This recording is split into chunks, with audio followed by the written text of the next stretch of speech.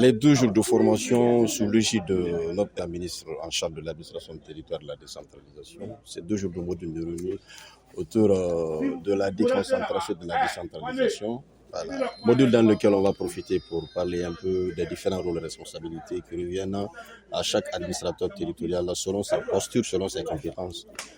La deuxième thématique porte sur la déontologie de la fonction d'autorité administrative territoriale, qui, ma foi, prend un administrateur territorial ou un membre de cabinet de l'administrateur territorial ou à tout agent public servant dans les services publics de la science de savoir-être, de savoir-faire, de savoir-dire, de savoir-paraître dans l'exercice de ces fonctions. Parce que n'oubliez pas que cette noble fonction que nous exerçons est professionnalisée.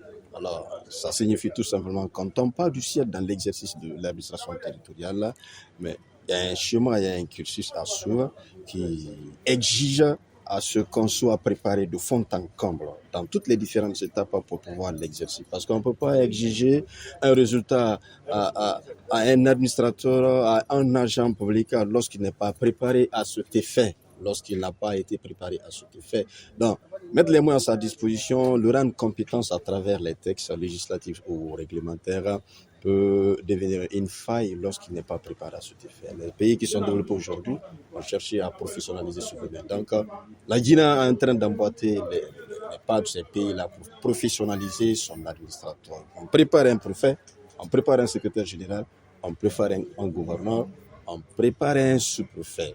C'est en le préparant qu'il peut exercer le mieux les missions qui lui sont attendues et donner le résultat à l'État, le résultat escompté, le résultat que tout le monde attend dans cette gestion administrative territoriale. C'est important de le dire parce que ce domaine encadre, c'est l'épine dorsale de l'État à la base. Donc, les administrateurs territoriaux encadrent les administrateurs.